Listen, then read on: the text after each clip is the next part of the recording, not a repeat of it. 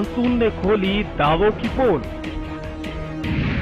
बारिश में बह गए प्रशासन के दावे।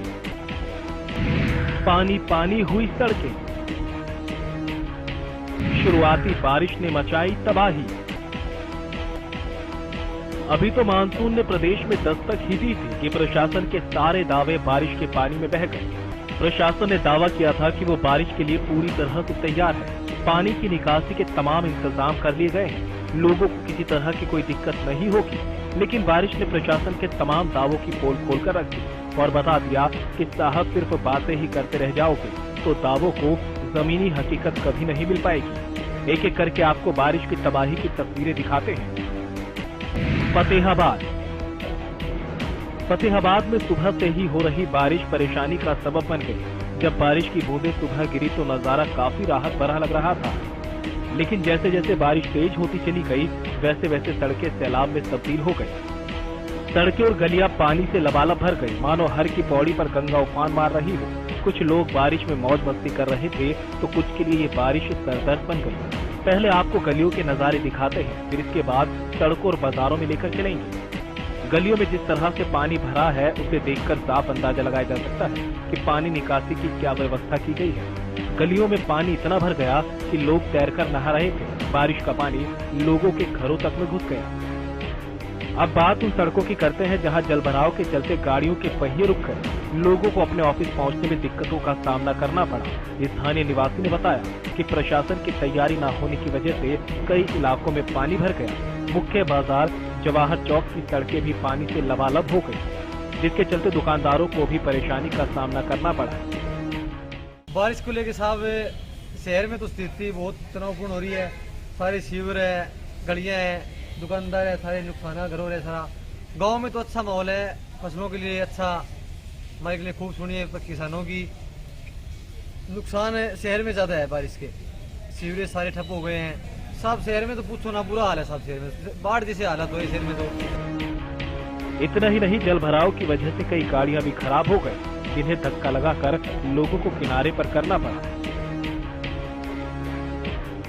रेवाड़ी तालाब बन चुका ये नजारा है रेवाड़ी का, जहां तक नजर जाए सिर्फ पानी ही पानी। लेकिन ये तस्वीरें किसी तालाब की नहीं है। ये तस्वीरें उन खेतों की है जिनमें खड़ी फसल प्रशासन की लापरवाही की भेंट चढ़ गई। एक तरफ तो बारिश तो वहीं दूसरी तरफ राजस्थान की अरावली से आता पानी लोगों के लिए मुसीबत बना हुआ है। इस पानी में न सिर्फ किसानों की फसल जलमग्न हुई बल्कि खेतों में लगी मशीनें भी प्रशासन की लापरवाही से खराब हो गई। किसानों की बाजरे की फसल पूरी तरह से पानी पानी हो गई। समस्या ये है, ये बाहर की तरफ बारिश का बाहर की तरफ से पानी आ गया राजस्थान की तरफ, और पानी आके कम से कम सैकड़ों ट्यूबवेल खराब हो गए, बंद हो गए। बाजरे की फसल और बाजरे की कपास की फसल खराब हो गई। गरीब आदमी जमींदार का और कोई कमाई को ना, ये बताओ क्या करें। अब आगे क्या करें, ये सवाल सिर्फ एक किसान का ही नहीं है, उन सभी किसानों का है जिनके लिए ये बारिश अभिशाप बनकर आई है। कुआ 3 बार ने टूट गया है और मैं ये बताओ कहाँ से लाऊं मैं, पैसा भी नहीं इतने। अब जाकर देखो जोड़ी के अंदर पानी जाया करता, पानी बिल्कुल जोड़ी के अंदर नहीं जा रहा, वह सीधा इधर नहीं आता। बताओ मैं कहाँ जाऊँ, मेरी फसल आगे कहाँ से पानी दूंगा मैं। बोरिंग बिल्कुल नष्ट होगा, 3 बार बोरिंग नष्ट हो गया, पहले बारिश में ये फिर होगा। पानी अगर खेतों तक ही सीमित रह जाता तो शायद बर्दाश्त हो जाता, लेकिन पानी गांव में पहुंच गया और कई मकान तोड़ डाले। खाने का सामान, बिस्तर सब पानी ने निगल लिया। पूरा सामान इसके अंदर है, सारा सामान दबो इसके अंदर, बेड सारा सामान इसका। रजाई अब कहाँ रह रहे हो आप लोग? आप लोग ही नहीं छप्पर से परे हैं, कुछ पराने टेक रहा, कुछ पड़ोसी इनके सामान टेक रहा। गले से निकलती रुआई सी आवाज ये बताने के लिए काफी है कि इनका दर्द कितना गहरा है। लेकिन न अधिकारियों को ये दर्द दिखता है, न ही नेताओं और मंत्रियों को। सहकारिता मंत्री इन किसानों से मिलने आते हैं, लेकिन दर्द बांटने की जगह उस पर नमक छिड़क जाते हैं।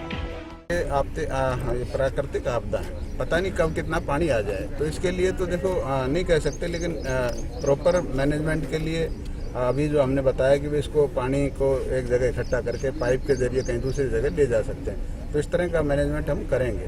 इससे पहले किया क्या है सर, अभी तक क्या किया है यहाँ पे? नहीं भाई, जब जरूरत हुई आपने पता है, जब दिक्कत आती है तभी साहब का कहना है कि ये तो प्राकृतिक आपदा है, किसे पता कितना पानी भर जाए। सही बात है मंत्री जी, किसी को नहीं पता कि कितना पानी भर जाए, लेकिन जितना पानी भरा उसमें तो कुछ को तो रोकने का इंतजाम किया जा सकता था, मगर हालात देखकर लग नहीं रहा कि कुछ भी इंतजाम किया गया होगा। गांव का तो ये हाल था ही, शहर का भी हाल कुछ ठीक नहीं था। पानी किस तरह से सड़कों पर भरा है ये तो तस्वीरों में आप देख ही सकते हैं। तो वहीं रेवाड़ी से कांग्रेस विधायक चिरंजीव राव ने ड्रेनेज सिस्टम को लेकर भी सरकार से सवाल किया है।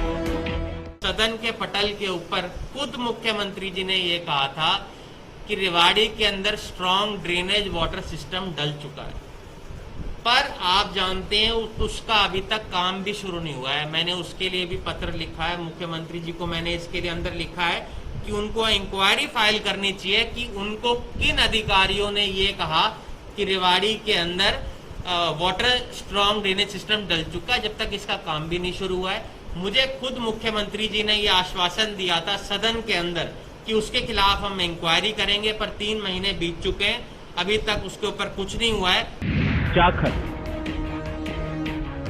बात जाखल की करें तो जाखल में भी बारिश के पानी की निकासी को लेकर प्रशासन कितना तैयार था, वो जाखल से आई तस्वीर में बता देंगे। पानी निकासी की व्यवस्था न होने की वजह से पानी सड़कों पर जमा हो गया, जिससे लोगों को खासी परेशानियों का सामना करना पड़ा। करीब 1.5 घंटे हुई बारिश ने जाखल की अनाज मंडी, सब्जी मंडी, SBI रोड, मॉडल टाउन और सभी निचले इलाकों में जलभराव की स्थिति पैदा कर दी। प्रशासन ने बारिश से पहले तमाम दावे किए थे कि वो मानसून के लिए तैयार है, लेकिन जो हालात बारिश बना रही है उन्हें देखकर लगता नहीं कि प्रशासन की कुछ तैयारियां रही होंगी। Bureau report, Haryana news.